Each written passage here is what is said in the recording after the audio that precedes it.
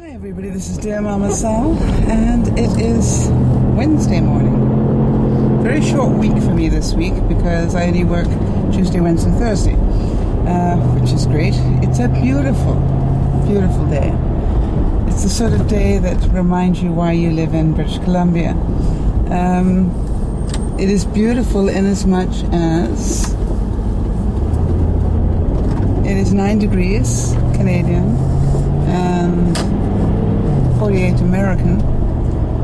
The sky's blue, the sun's shining. It's November. And this is a sort of really pretty autumn day that you just have to remember in about a month's time.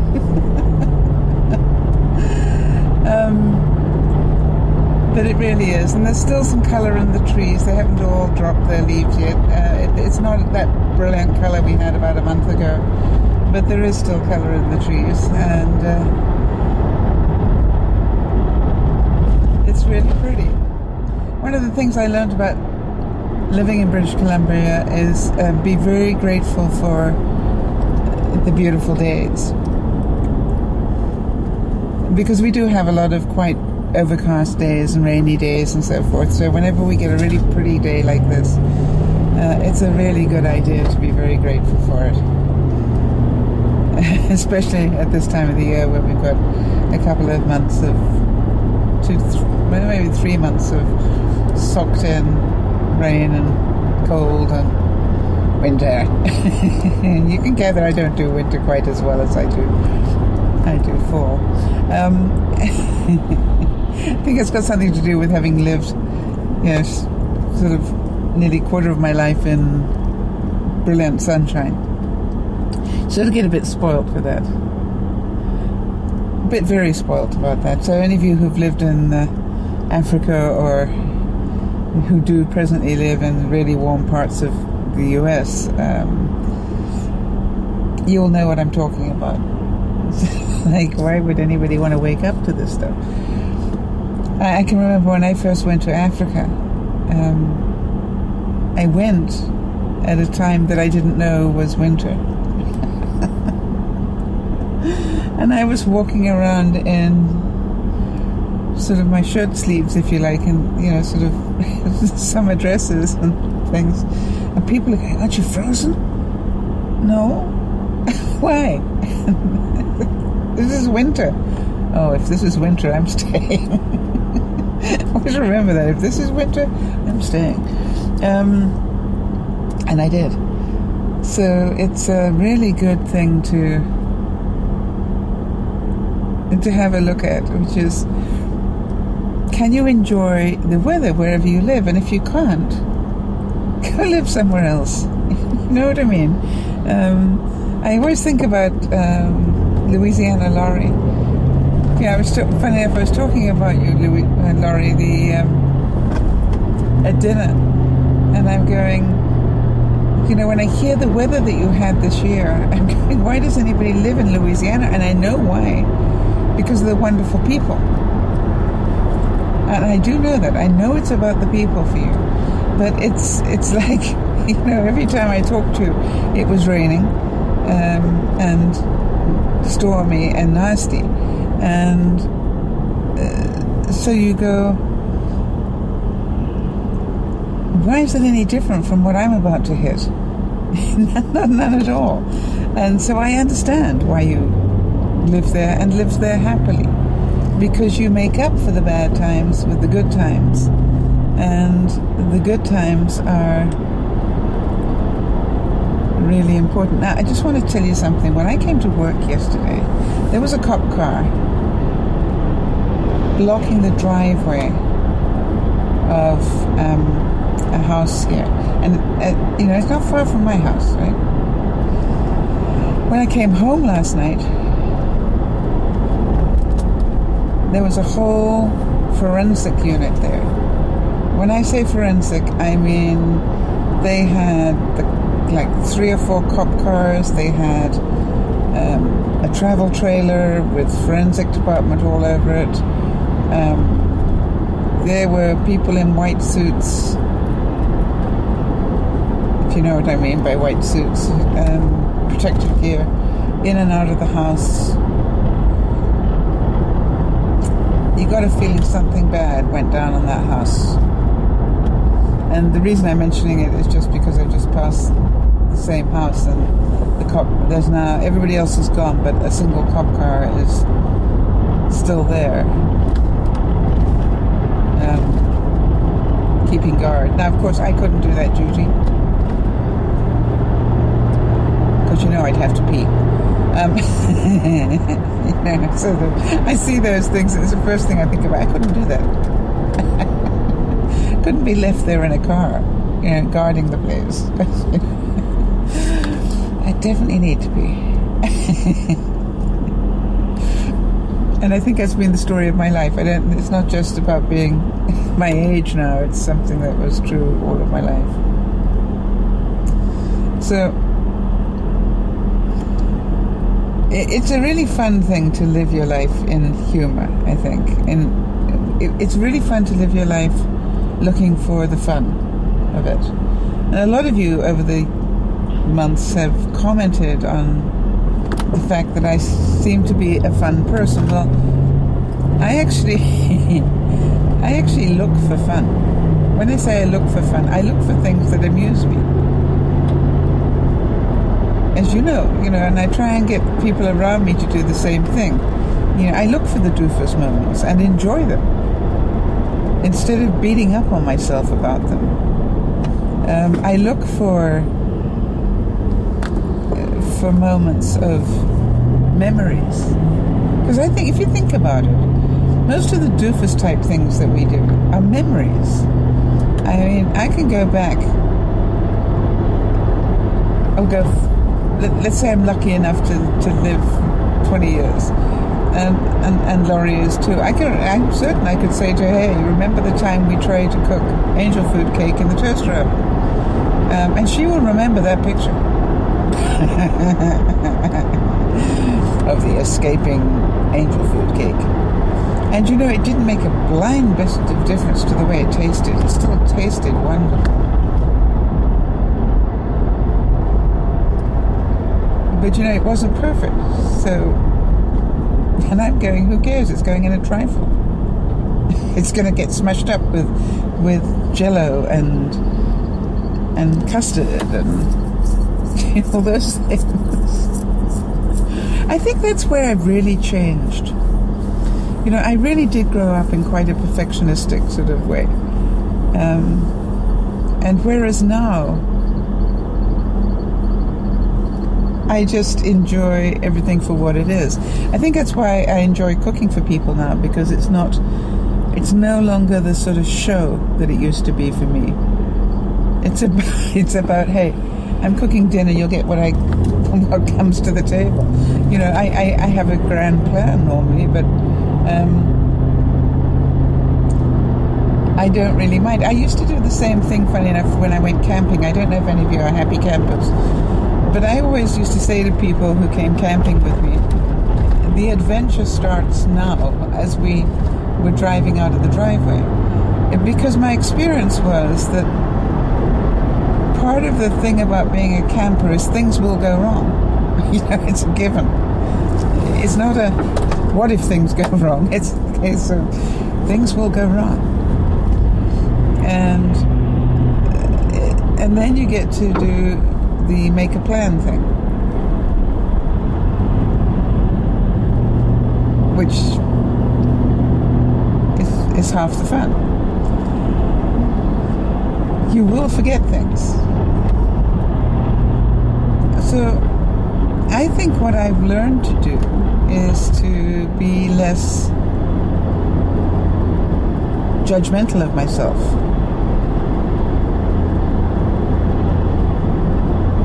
Now, I'm still pretty judgmental, don't get me wrong.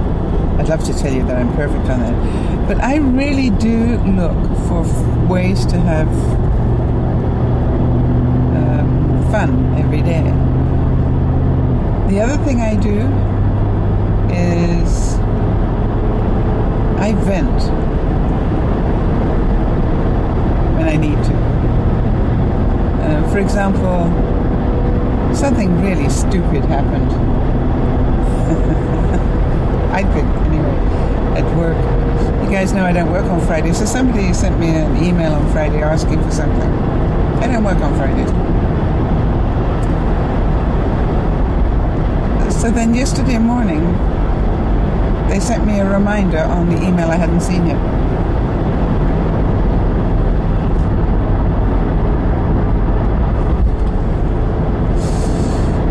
And that made me quite angry.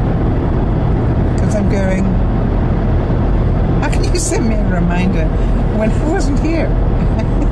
It's like, hello, what am I meant to do? Clairvoyantly read this email while I'm at work? I mean, while I'm at home? The other thing was, it was asking for something where all they had to do was to walk into my office and grab it. So to me, that person was being downright lazy.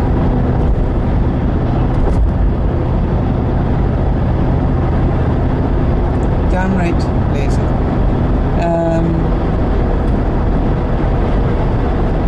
And it made me sad, actually, because that person I've never seen that way. I've never seen them that way.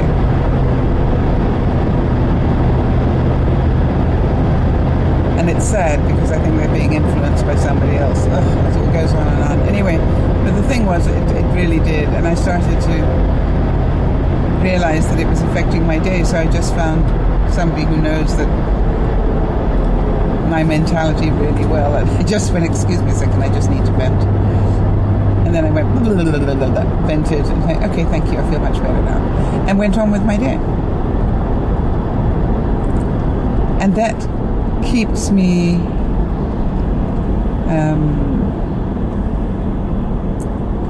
out of the mire, the sludge of being angry.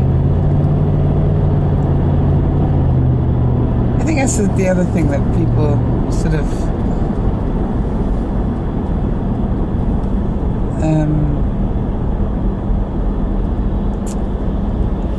we all have things happen to us every day.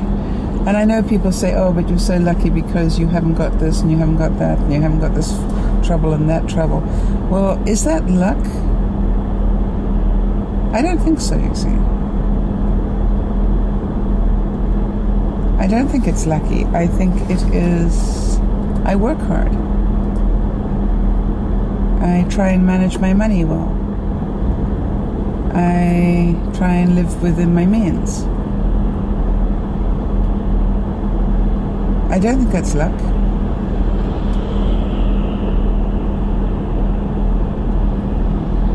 I try and do, as you know, the best I can for others. So I don't think that's luck at all.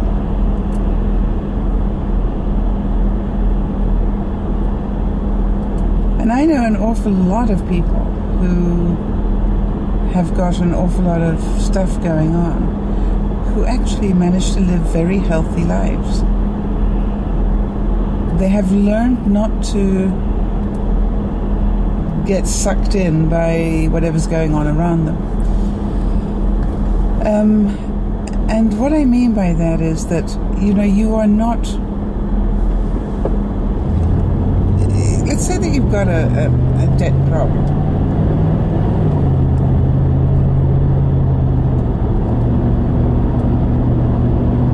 You can spend your whole time worrying yourself sick about that debt or being angry at the people trying to collect the money that is owed to them. Why be angry?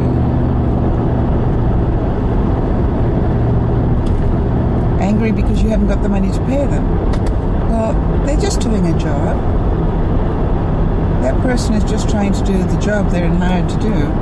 So say to them, I appreciate you doing a job, and I know that it's frustrating, but I actually don't have what you need. I can pay you $5.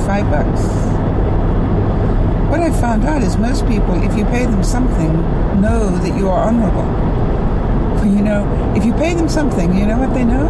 They know you're broke and honorable. It's people who avoid you or try not to pay you or do whatever that you get angry with.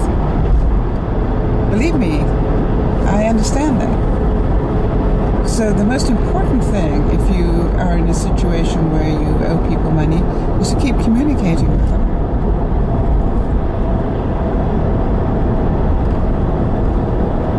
And don't keep saying, well, I'm sorry, I'm broke, I can't pay you anything.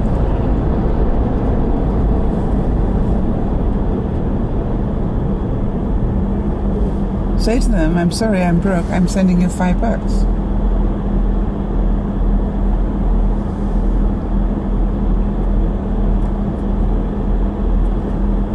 But most people just do nothing. That tells me that's not honorable.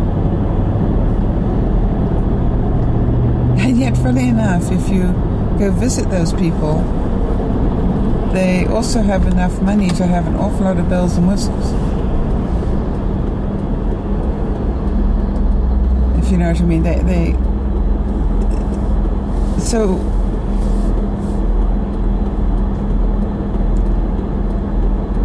but that's their right.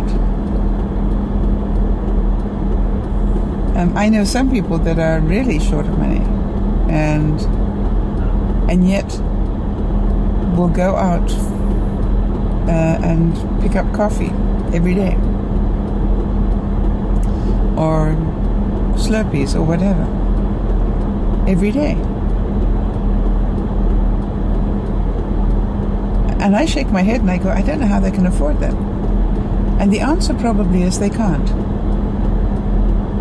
And you can say, well, that's a judgment, or you can judge them. And I go, well, if that is the one luxury that they have in their lives,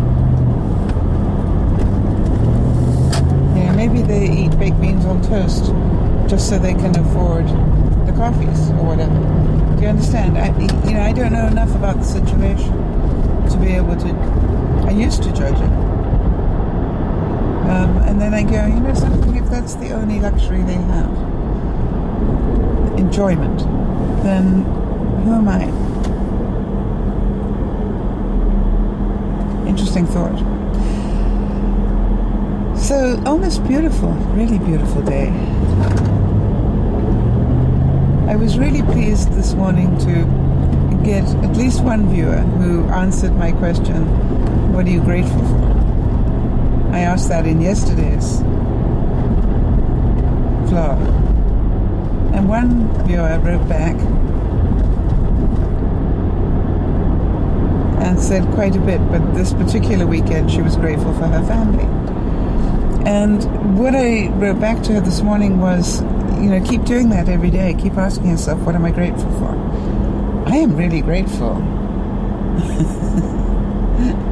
that I can drive to work talking to somebody. I didn't realize that this actually is quite entertaining. I don't think I ever used to smile as much driving to work. And there's part of me that goes, what am I going to do if I ever stop doing this? That would be weird. Imagine how boring driving's going to be.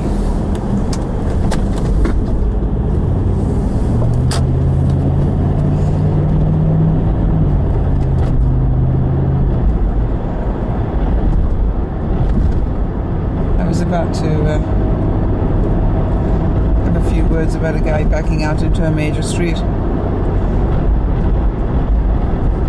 Luckily he changed his mind. Got to be quite entertaining.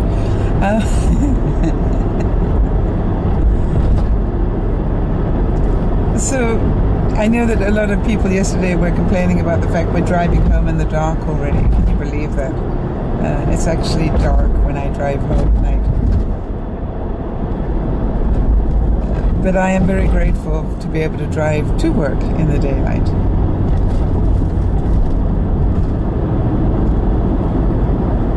Because I'm certain there are a lot of people that drive to work in the dark and come home in the dark. So I am very fortunate.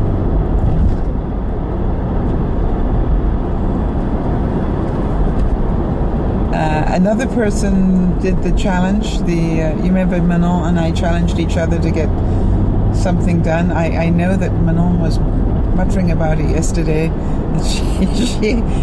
She had decided to do a quarter of her room, and she had no idea how long that was going to take. And Manon, I'm so proud of you that you did it, or that you're doing it. I don't even care if you haven't finished it yet.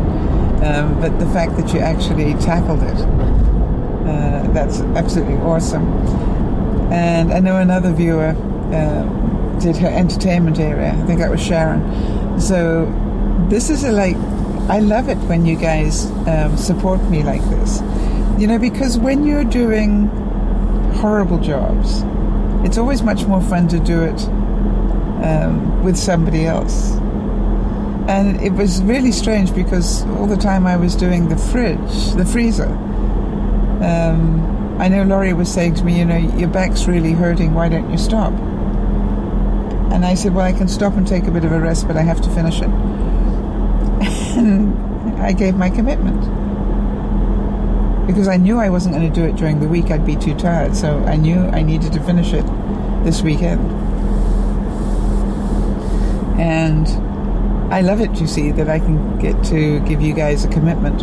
Because I don't know if any of you relate to this. I'm more likely to keep my commitment to you than I am my commitment to myself. I'm not proud of that fact, but it's true.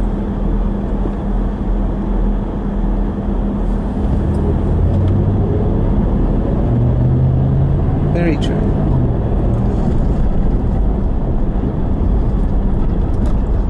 So I hope you all have a wonderful day. And I hope you enjoy your day. I hope it's as much fun as you make it. I hope you don't waste too much of it. And you know what I mean about wasting too much of it.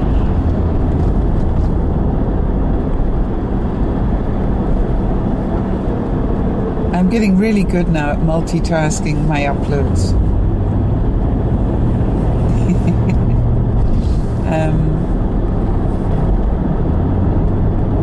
Because I know the uploads really take a long time to do. You do the upload into the computer, and then the editing, and then putting the bits together, and then eventually you get to upload the movie version, the full version, and then you've got to upload that into YouTube.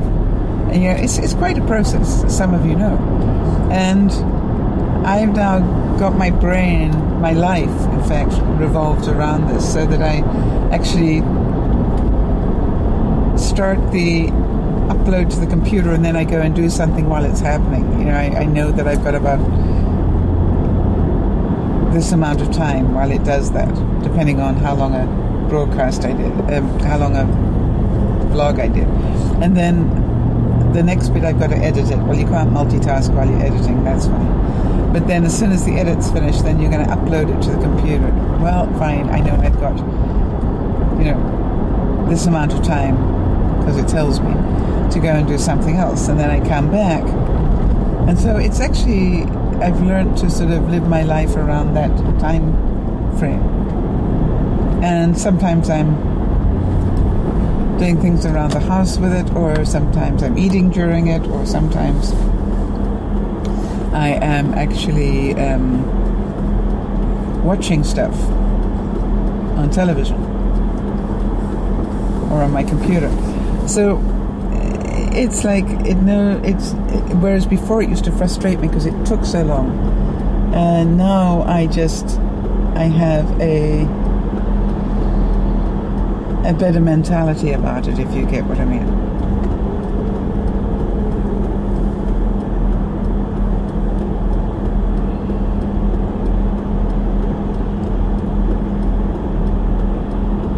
So have a look at your day. See the things that actually frustrate you, and see if you can get a better mentality about it.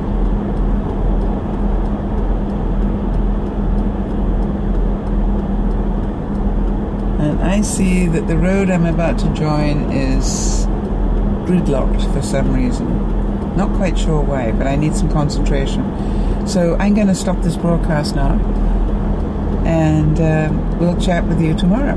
This is Dear Mama Sal. Okay, so Laurie, yes, you're now on camera. Oh, so I'll start doing this then? Yep, be a good idea.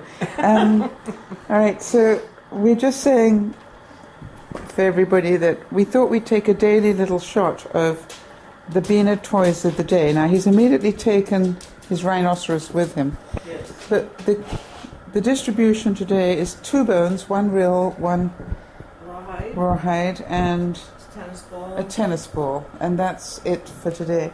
And the reason we want to start showing you that is because every day the toys change. Now, we all know that now that I've mentioned that, he won't change them for a week. But the rhino was there. But the rhino definitely was there. He just took that out of the way. He's got that one now balanced on top of the stairs, for those of you who remember what he does. Are you going to push it down the stairs, Bean Bean, or what are you going to do with it? Oh, you're going to kick it at me. Okay, I can kick it back. All right, so watch what he does here.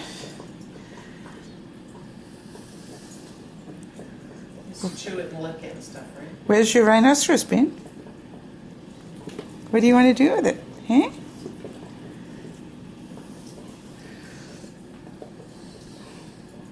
Bean? He's a good boy. What are we going to do? We're going to take it to bed. Okay, that's all right. You won't touch on my rhino unless I say touch my rhino. That was definitely not my idea of fun. Okay, oh, Bean, you brought it back? That's very nice of you, thank you. And then we'll take it back into the bedroom again. No? He's being possessive. Where are you going to take it, Bean? Shall I follow you? Oh, you're going to put it with your other rhino. And now that I'm home, you can have your food. Okay, you can eat your food. Good boy, eat your food. Go eat your food. Eat your food. Good boy. And of course he won't, he'll follow me. Anyway, so that's what we decided to do. We would show you on a daily basis what toys he has bought. We've discovered that he likes to rotate the toys. He has certain toys next to his food. And by the way, all those boxes sitting there is because Laurie's helping me clean out my famous back bedroom, and she's doing a mammoth job of shredding for me, which is awesome. All right, so this is Dear Mama Sal and Laurie saying bye-bye for now.